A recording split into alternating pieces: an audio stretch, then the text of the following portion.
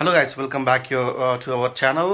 So new year స్పెషల్గా మనం ఏం చేద్దామంటే ఈ న్యూ ఇయర్ జనవరి 1 బిర్యానీతో స్టార్ట్ చేద్దాం. కొత్త వ్లాగ్స్ అన్నీ కూడా చెప్పి ఛానల్ నేమ్ చేంజ్ చేస్తున్నాను. ఛానల్ ఏం పెడతానేది మీకు అప్డేట్ ఇస్తాను నెక్స్ట్ వీడియో స్టార్ట్లో. సో మీరైతే ఫాలో అవ్వండి.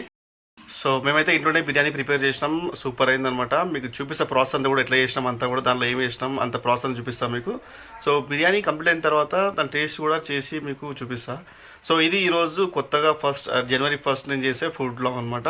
సో ఇంట్లో చేసుకున్న బిర్యానీ. సో మీరు కూడా చేసుకోవచ్చు, బిర్యానీ చాలా బాగుంటుంది. ఓకేనా?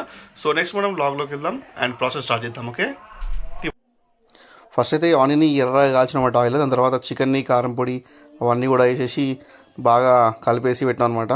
కొద్దిసేపు పెట్టాలి ఎట్లనే. చూస్తామంటే పసుపు కూడా వేసేసినాం మనము.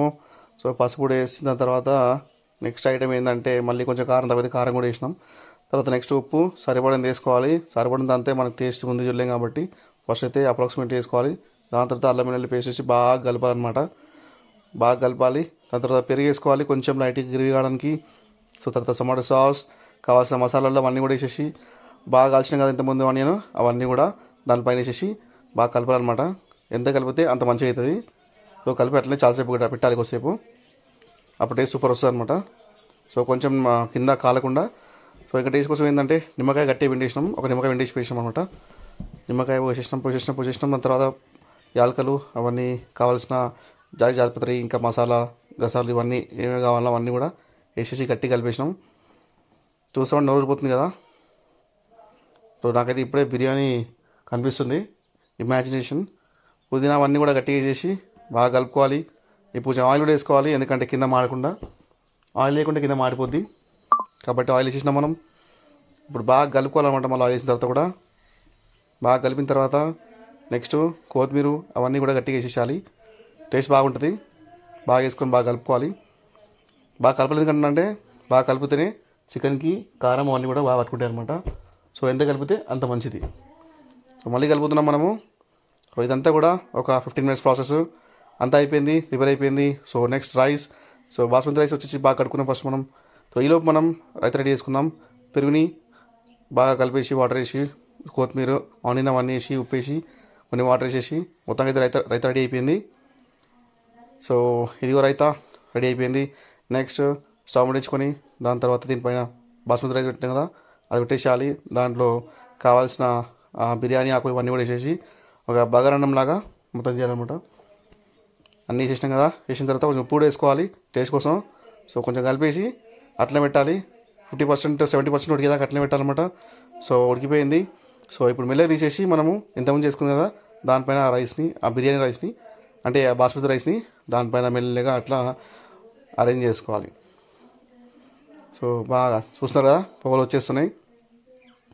మరికొద్దిసేపట్లో బిర్యానీ రెడీ అయిపోతుంది. సో ఇప్పుడైతే మనము ఎంతమంది రెడీ చేసుకున్న బాస్మతి రైస్ ఉడికింది కదా, అంటే మొత్తం ఉడకకుండా ఒక 20% ఇంకా ఉన్నప్పుడే తీసేసి ఆ చికెన్ పైన మొత్తం వేసుకోవాలి. సో వేసేసినాం.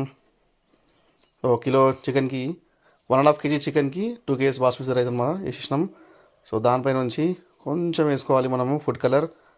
సో కలర్ బాగా వస్తుంది.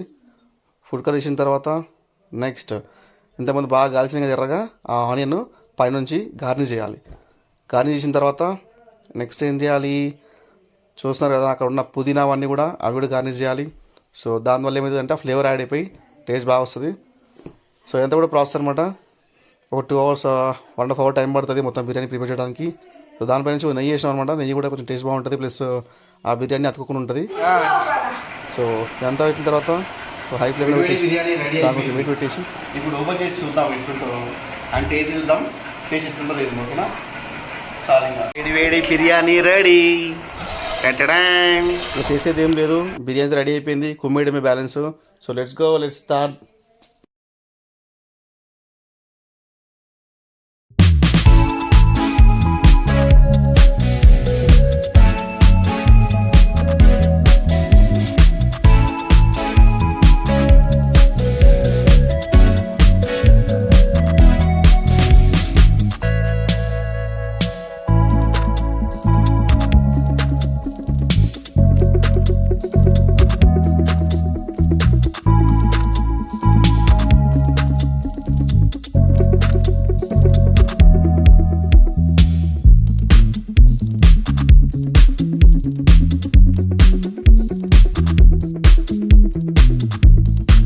సో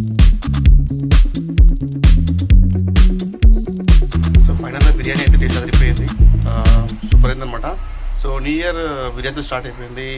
సో మనం ఇంకా నెక్స్ట్ వ్లాగ్స్ కూడా చాలా మంచి మంచి వ్లాగ్స్ చేద్దాం. సో నేను చెప్పినట్టుగా ఫుడ్ వ్లాగ్స్ ఇంకా ట్రావెల్ వ్లాగ్స్ అన్నీ కూడా చేద్దాం అనమాట. So wish me all the best and wish you to all the best for you future. And thank you so much for watching. ఇట్లనే సపోర్ట్ చేయండి. Bye, take care.